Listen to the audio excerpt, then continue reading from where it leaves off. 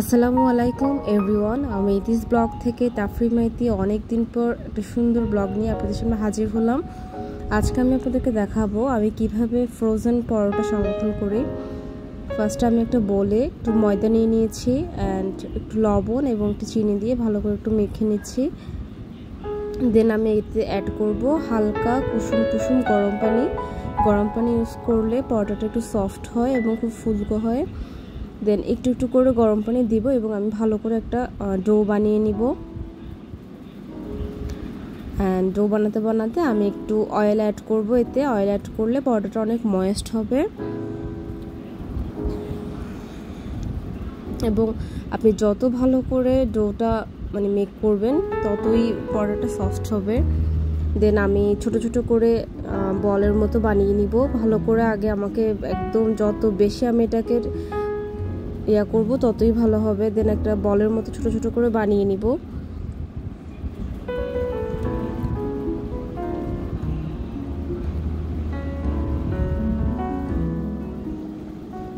দেন আমি এটাকে রুটির মতো করে বেলে নিব। একটু অয়েল দিব, অয়েল দিয়ে আমি স্কয়ার শেপ করে বেলে নিব।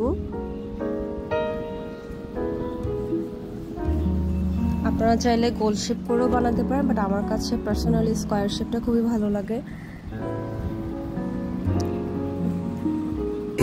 তারপর আমি পরে সবগুলো একসাথে হালকা একটু ময়দা দিয়ে বেলে নিব।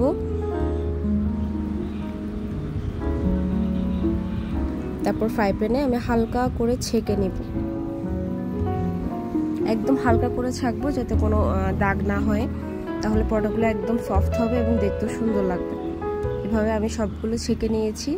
হঠাৎ করে আমার মেয়ে পরোটা খাবে বলছে, দেন আমি একটা পরোটা আপনাদেরকে ফ্রাই করে দেখাচ্ছি যে কতটুকু ফুলকো হয়েছে এবং সফট হয়েছে।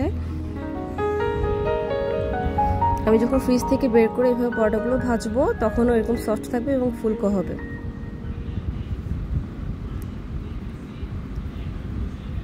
আমি আরেকটা দেখাচ্ছি।